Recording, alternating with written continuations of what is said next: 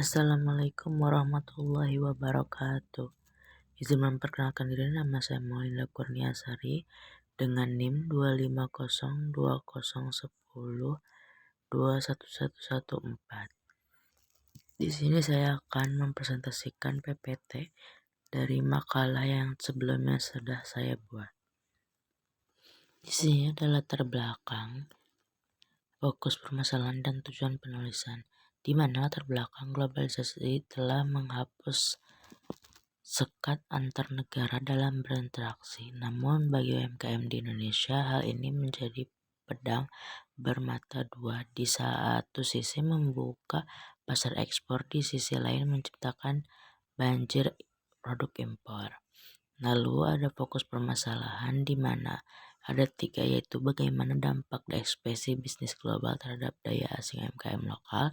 Yang kedua ada bagaimana implementasi hukum bisnis dan teori ekonomi kerakyatannya dalam melindungi UMKM. Yang ketiga ada faktor apa saja yang menghambat UMKM untuk bersaing di level internasional. Lalu ada tujuan penulisannya, yaitu mengidentifikasi permasalahan di UMKM di era bisnis global. Yang kedua ada menganalisis solusi hukum dan ekonomi untuk memperkuat struktur UMKM. Yang terakhir adalah memberikan rekomendasi strategi bagi pemangku kepentingan dalam pemberdayaan UMKM. Next ada data empiris, yaitu sebagai berikut.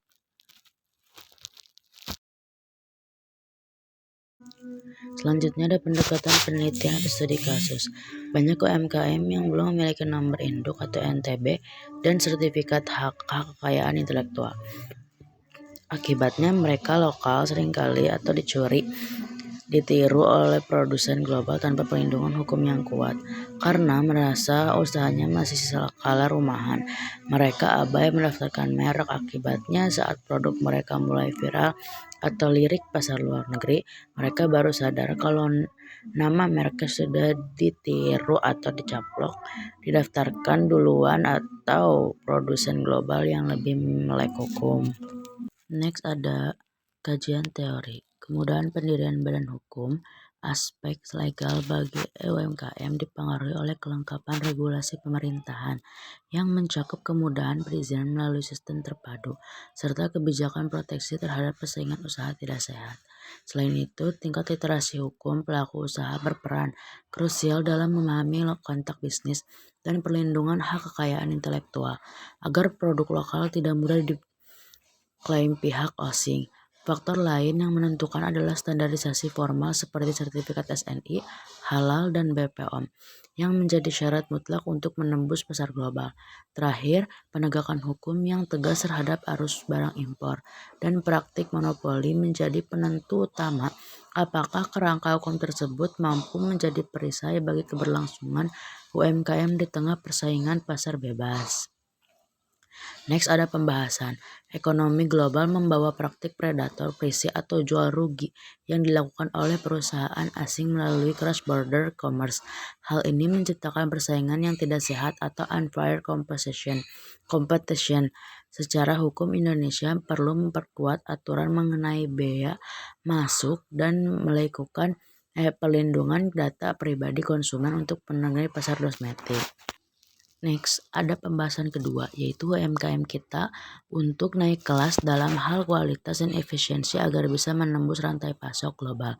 Pergerakan kurs mata uang dan perubahan kebijakan dagang di negara besar juga sangat berpengaruh. Sedikit saja ada guncangan ekonomi di luar sana, dampaknya bakal terasa sampai ke biaya bahan baku dan daya beli konsumen kita di dalam negeri.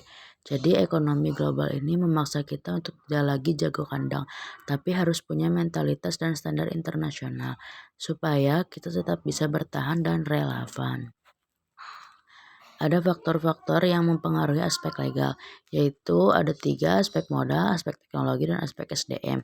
Yang pertama ada aspek modal, skema kredit usaha rakyat atau KUR, dan crowdfunding. Aspek modal bagi UMKM dipengaruhi secara signifikan oleh ketersediaan skema pembiayaan dan yang efektif di mana kredit usaha atau KUR hadir sebagai instrumen legal dan pemerintah untuk menyediakan akses pendalaman dana bunga rendah, dan prosedur penjaminan yang disubsidi guna memperkuat struktur finansial usaha kecil.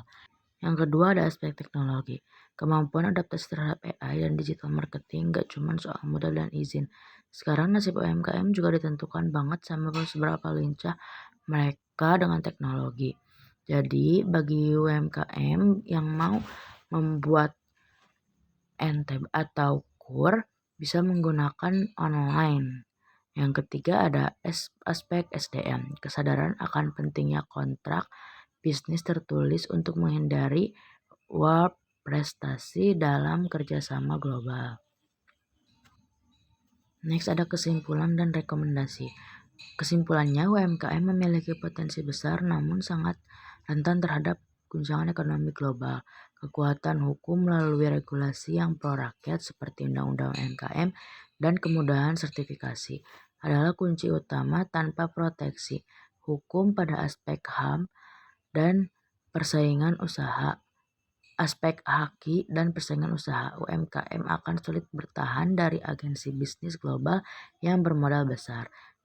Selanjutnya ada rekomendasinya, yaitu yang pertama, pemerintah memperketat pengawasan terhadap barang impor di e-commerce dan memberikan insentif bagi UMKM yang berorientasi ekspor. Yang kedua ada pelaku UMKM, segera melegalkan usaha dan mendaftarkan merek dagang untuk perlindungan jangka panjang. Yang ketiga ada akademisi, memberikan pendampingan hukum bisnis bagi komunitas UMKM. Sekian dari saya, mohon maaf bila ada kesalahan. Wassalamualaikum warahmatullahi wabarakatuh.